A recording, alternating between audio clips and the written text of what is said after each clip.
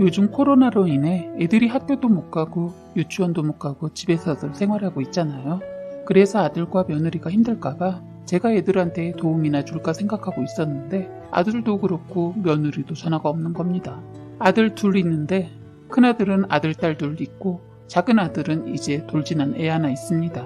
작은 아들네는 며느리가 애가 어려서 집에서 살림하면서 육아하고 있어서 걱정이 안 되었는데 큰 아들네는 둘 다 맞벌이를 하고 있어서 손자 손녀들이 집에서 둘이서만 있을 것 같더라고요. 걱정이 되어서 아들한테 전화했더니 반가운 목소리로 저보고 와서 도와달라고 하더군요. 아들 말만 듣고 선뜻 가기 그래서 며느리한테도 전화를 해서 물어봤습니다.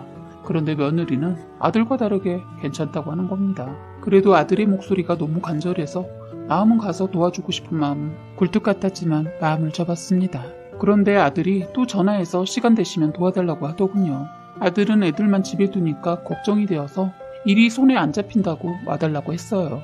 아무리 내 아들이 그렇게 말해도 제 맘대로 갈 수가 없어서 또 며느리한테 전화했더니 이번에도 며느리는 괜찮다고 오시지 말라고 하더군요.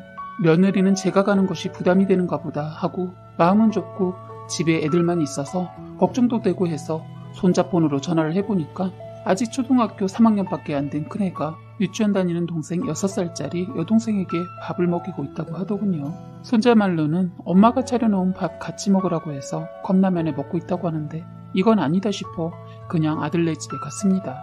사실 연락을 안 하고 간 적은 한 번도 없었지만 이번은 제 마음 가는 대로 하고 갔습니다.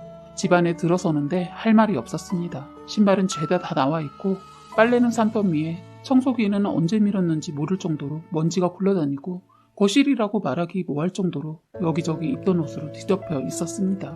일단 애들 밥을 제대로 먹이고 청소를 시작했어요. 며느리 퇴근해서 오기 전에 서둘러 청소하고 갈까 했는데 손주들 말을 들어보니 며느리가 일하고 운동도 하고 온다고 하더군요. 솔직히 이러면 안 되는데 집이 이 모양인데 운동까지 하고 온다는 말을 듣고 나니 이건 아니다 싶더라고요. 저는 코로나 때문에 애들이 집에 있게 되면서 집이 이렇게 된 줄 알았더니 애들 말로는 엄마가 언젠가부터 힘들다고 하면서 치우지 않았다고 하는 겁니다. 사실 애들은 이런 걸로 거짓말 안 하잖아요. 애들도 물 만난 고기처럼 저에게 엄마 얘기를 묻지도 않는데 하나둘 풀어놓더군요. 애들 말로는 아빠가 엄마한테 치우라고 했다가 얼마 전에도 크게 싸웠다고 했어요. 밥은 거의 라면으로 때우고 과자, 피자, 치킨 이런 걸로 끼니 겸 간식으로 먹고 있다고 하는데 기가 막히고 화가 나더군요. 청소만 해주고 가려다 아들 퇴근해서 올 때까지 기다렸습니다. 아들이 퇴근하고 오자마자 저를 보고 반가워서 덥석 안아주더군요. 아들의 힘들었던 게 느껴졌습니다.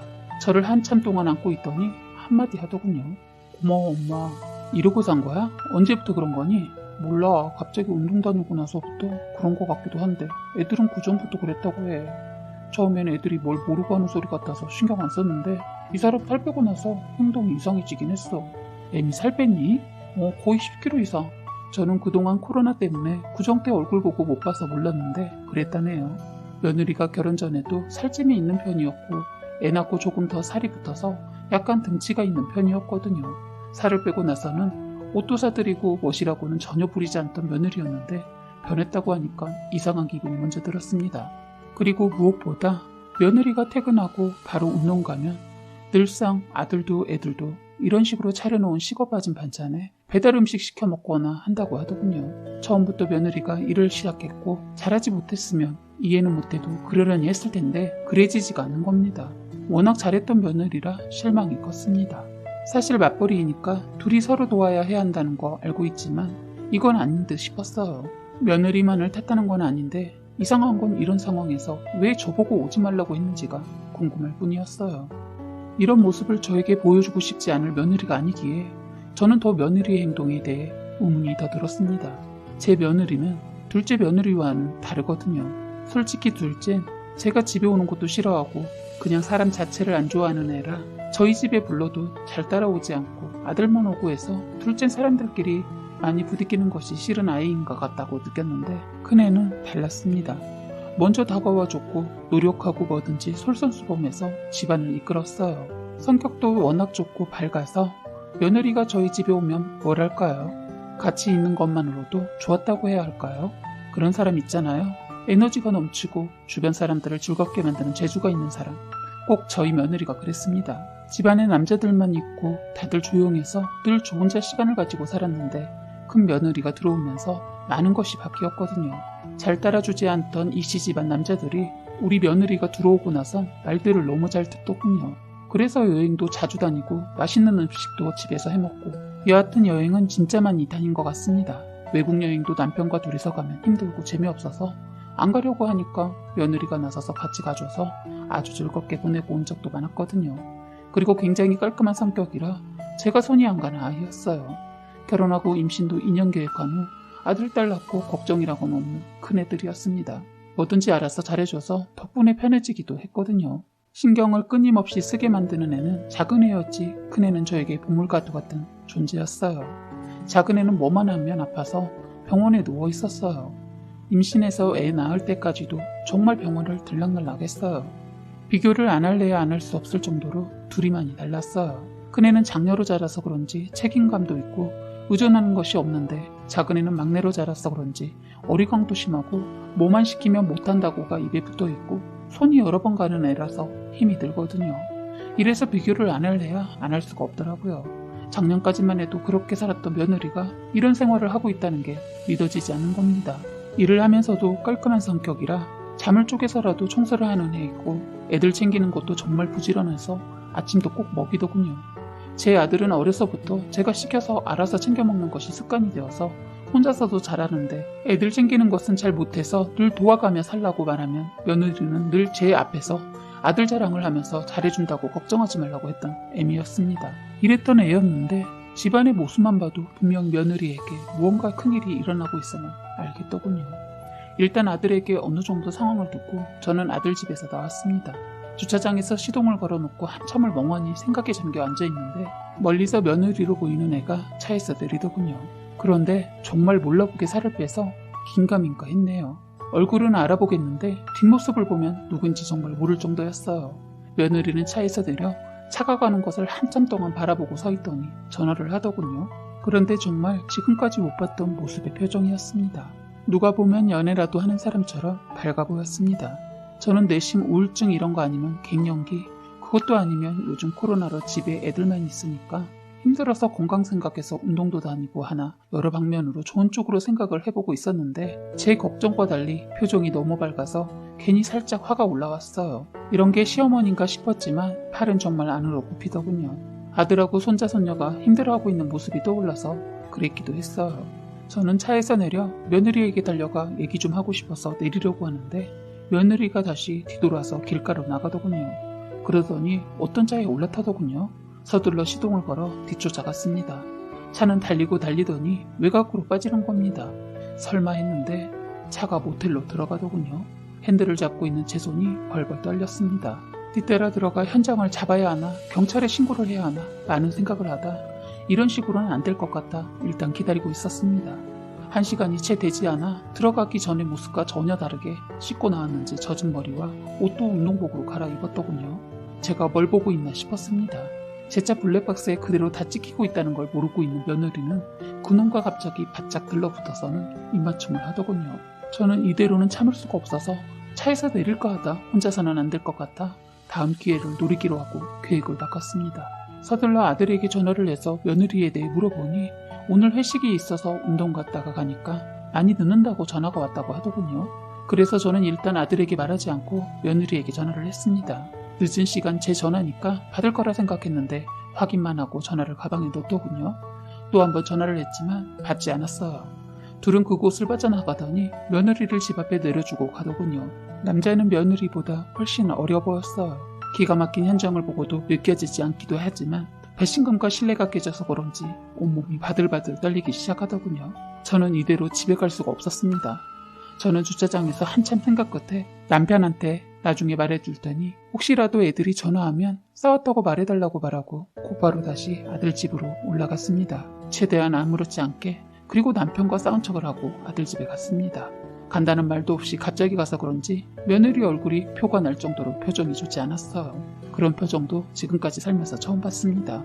그런데 다행인지 제가 가서 청소 다 해준 거 아들이 애들한테 입단속을 시켰는지 며느리가 알지 못하고 있는 것 같았어요. 그래서 저는 일단 다 무시하고 아버지랑 싸우고 사정상 아들 집에 며칠 있어야 한다고 하고 있었습니다. 그랬더니 며느리가 그래서 전화하셨냐고 묻더군요. 그러면서 뻔뻔하게도 회식하느라 시끄러워서 전화를 못 받았다고 하는 겁니다. 이런 걸레만도 못한 것을 어떻게 잡아야 하나 싶었습니다. 일단 지켜보기로 하고 있었어요.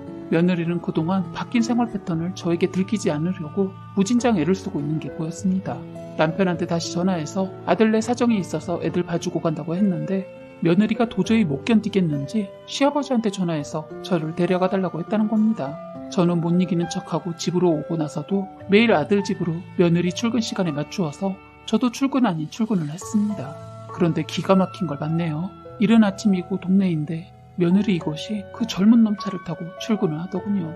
순간 아들에게 전화할까 하다 일단 따라가 봤더니 며느리가 회사 근처도 안 가서 내리더군요. 그러더니 택시를 타고 가서 따라갔습니다. 회사에 들어가는 것을 보고 차를 돌리는데 그 젊은 놈이 며느리 회사로 들어가는 겁니다. 그때 정리가 되더군요. 비밀 사내 연애를 하고 있구나 싶더군요. 저는 며느리 회사 근처의 식당에서 이른 점심밥을 먹고 차에서 며느리가 퇴근하기를 기다리고 있었습니다. 점심때가 되자 며느리가 나오더니 갑자기 택시를 타고 어딘가로 가더군요. 뒤따라가 보니 곧바로 그놈이 차를 끌고 왔더군요. 그러더니 어딘가로 향하더군요. 뒤따라갔더니 세상에 대낮에 그곳을 가더군요. 몹쓸 인간들이 밥은 안 처먹고 그곳을 가는 걸 보고 바람은 밤에만 피는 것이 아니구나 싶었습니다. 그때와는 다르게 짧은 점심시간이라 그런지 오래 있지 않고 나오더군요. 저는 이 모든 걸 다 찍어두었습니다. 뒤따라 회사로 갈까 하다 더 이상 증거가 필요하겠나 싶어 바로 차를 돌려 아들 집으로 가서 아들 퇴근 시간을 기다리고 있었습니다. 그리고 손주들한테 제가 가고 난 후 며느리가 또 늦게 들어온다는 소리를 들었습니다. 혼자서 많은 고민을 하다 아들이 밥 먹고 난 후 애들 재우고 그런 다음 이 모든 것을 다 보여주었습니다. 아들은 고함을 지르고 화에 못 이겨 난리를 치려 하더군요. 흥분한 아들을 잡고 얘기를 했습니다. 신중하게 행동하라 당부하고 앞으로 어떻게 할지 정리를 하라고 했습니다. 저는 아들에게 욱하지 말고 지혜롭게 해결하라고 신신당부를 하고 집으로 왔습니다. 아들도 생각을 했는지 이대로 쉽게 끝나는 걸로 안 되겠는지 더한 증거와 창피를 주고 싶다고 하더군요. 그래서 며느리가 다시 움직일 때까지 기다렸습니다. 저희의 바람대로 며느리는 며칠 후 아들한테 낮에 전화해서 친구들과 친구 아버지 상당한 곳을 다녀와야 하는데 지방이라 외박을 해야 한다고 했다고 하더군요.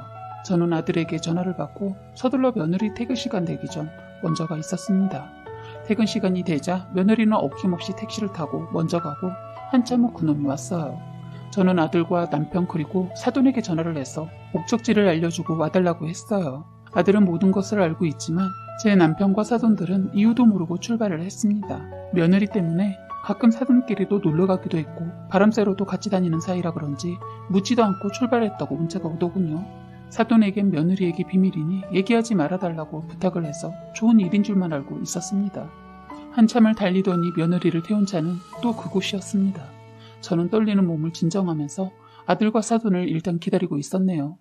아들은 얼굴이 벌겋게 달아올라 있었고 안사돈은 좋은 데 온 줄 알고 신이 나 있더군요. 그런데 바깥 사돈이 제 아들을 보고 뭔가 심상치 않은 일이 있음을 그때 눈치챘습니다. 남편도 그제서야 뭔가 이상하다는 걸 눈치채더군요. 모텔 안으로 들어가 방금 전 들어간 며느리 방을 물어봤지만 알려주지 않았고 저는 경찰서에 전화해서 현장을 잡겠다고 하니 모텔 주인은 시끄러운 거 싫다면서 방번호를 알려주더군요. 정말 더럽고 치욕스러운 일을 다 겪는 것 같았습니다. 이 기분 그대로 며느리에게 돌려줄 생각이었습니다. 안사돈이 그때 제대로 눈치채고 밖에서 있겠다고 하더군요. 안 가려는 거 억지로 끌고 갔어요. 배를 눌렀더니 아무 의심 없이 바로 문을 열어주더군요. 둘 다 씻었는지 젊은 놈이 수건 한 장 걸친 모습을 하고 저희를 보자마자 놀라더군요. 며느리는 침대에 누워 누구냐고 묻더군요. 아직도 그때를 생각하면 기가 막힙니다. 저희는 그놈을 끌고 문을 닫고 들어갔어요. 저희를 본 며느리는 기겁하고 이불을 뒤집어 쓰더군요. 바깥 사돈이 한 걸음에 달려가 며느리 뺨이며 몸을 사정없이 쳤습니다. 그러더니 그놈을 후려치더군요. 겁에 질린 그놈이 무릎을 꿇고 비는데 이미 흥분한 바깥 사돈을 말릴 수 있는 사람은 없었어요. 사돈이 워낙 풍채도 좋으시고 누가 봐도 한 덩치에서 쉽게 다가가지 못하는 모습이라 한 주먹도 안 돼 보이는 놈이 겁을 먹고 빌더군요. 그 순간 아들도 나서서 며느리를 치려는 거 제가 잡았습니다. 이혼하는데 괜히 폭행 어쩌고 하면 이혼하는데 걸림돌이 될 것 같아 말렸어요. 며느리 이것과 그놈 사돈들한테 얻어터지고 있는 거 확인하고 남편과 아들 데리고 나왔네요. 안 싸던 도 못 볼 걸 보고 나서는 저한테 얼추 줄 몰라 하면서 자기 딸 잡더군요. 그냥 이대로 갈까 하다 밖에서 기다리고 있는데 두 연놈들 사돈한테 얼마나 얻어터졌는지 코피에 얼굴은 팅팅 부었더군요.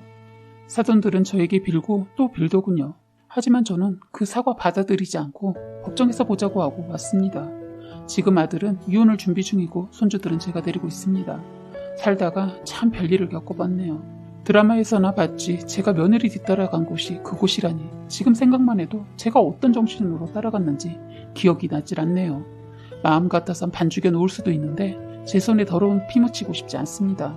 아들도 놀라서 한참 힘들어했는데 이젠 애들을 위해 다시 마음을 다잡고 있는 것 같아 다행입니다. 아직도 며느리가 이해가 안 됩니다. 살 빼면서 뇌가 어떻게 돼버린 것인지 알 수가 없네요. 아들은 이혼 준비 중에 분한 마음이 풀리지 않는지 며느리 회사에 가서 그놈과 그동안 있었던 일을 다 알렸습니다. 뻔뻔하게 아무 일 없듯이 일을 다니고 있는 며느리를 보고 있자니 우라땅이 터졌던 모양이더라고요. 아들이 며느리 회사에 가서 한바탕 하고 나자 며느리도 더 이상 회사를 다닐 수 없는지 그만뒀다고 들었습니다. 그동안 어렵게 쌓아놓은 회사에서의 모든 것을 한순간에 다 잃고 일을 그만뒀다고 들었어요. 그놈은 알고 보니 양다리를 걸치고 있었다고 하더군요. 회사도 당연히 그만뒀다고 들었습니다. 젊은 놈에 빠져 가정도 직장도 잃은 어리석은 며느리 사연을 올려봤네요. 코로나 때문에 정신적으로 힘든데 며느리까지 보태서 정말 지옥 같았습니다. 이젠 다 털어버리고 새롭게 시작하는 제 아들을 응원하고 있습니다. 사연은 여기까지였고요. 구독과 좋아요, 알림 설정 부탁드리겠습니다.